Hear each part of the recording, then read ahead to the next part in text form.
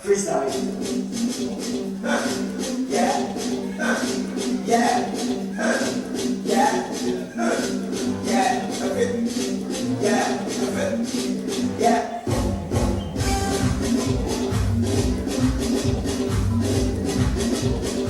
Everybody, quiet down!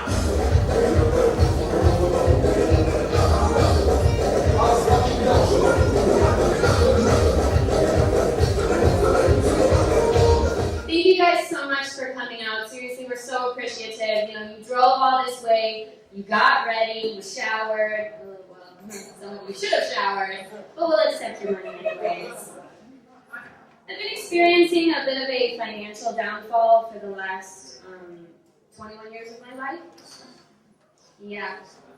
But my neighbor recognized this. He's been so generous. He supplies me with silverware and napkins and toilet paper. His name's Chipotle. My grandma's awesome. God, she's a firecracker. We call her G-Del because she's got swag like that. Yeah. So G-Del calls me up, asking me what I want for my birthday, and I said, male strippers. She sent me nail clippers. Grandma was getting a hearing aid for her birthday. He said, hey, I have a package for you, and I started slipping singles into his belt. That was really awkward. Yeah. I had a revelation the other day that the antacid TUMS is actually an abbreviation for tummy. I thought that was brilliant. Why don't all pharmaceutical companies do this? Like, Vicodin could be nums, laxatives could be runs, Viagra could be comes. And on that explosive note, I would like to thank you guys so much for the free therapy session.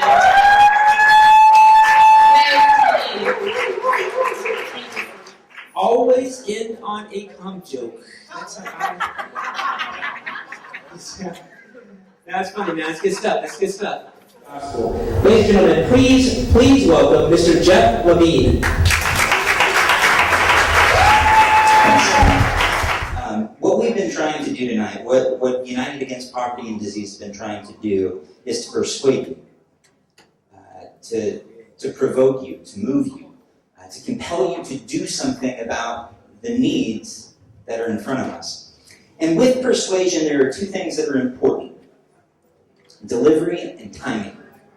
And I think that the delivery has been done, and it's been done well. You guys have seen the need. You've heard from people who are professionals, who have articulated well what is going on there and why this project is so incredibly important.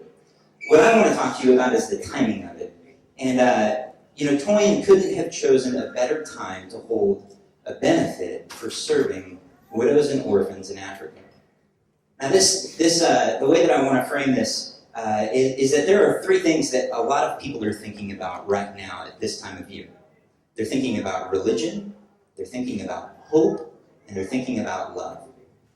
Now, I want to tease that out a little bit, because I know when I use the word religion, that carries some negative connotations, especially here in North America with the culture that we have. We think of religious extremism, and that word has taken on a meaning that, at least tonight, I want to define a different way. In the book of James, James is writing to an early group of believers, and he said this: true and undefiled religion in the sight of God our Father is this: to visit widows and orphans in their distress, and to keep oneself unstained by the world.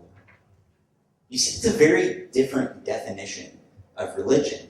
Because I think when we think religion, we think ritual, we think hoops that I need to jump through, that I need to do all of these things. There is one thing that we need to do. We need to serve those who are in need.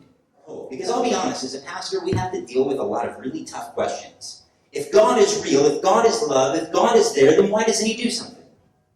How many of us have thought that, right? Asked that. And I wonder if he would say to us tonight, I have, and I am. I created you. You're my hands, and you're my feet, and you're my voice. We are their hope. In a real, intangible way, they are waiting for us to move.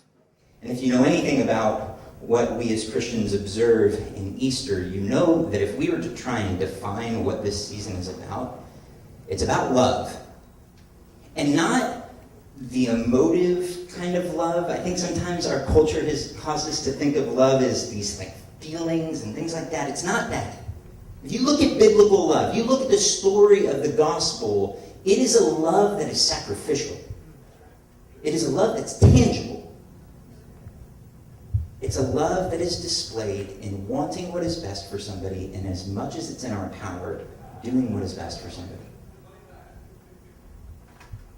Yeah, you see, the delivery has been made, and the timing is apt.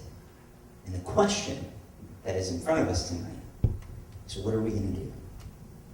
How are we going to bring hope to people who need hope? And how are we going to show them that they are not forgotten and that our love has not grown cold? And so, Toyin, I thank you for your heart. I thank you that you do true religion. You don't just talk about it, you do it.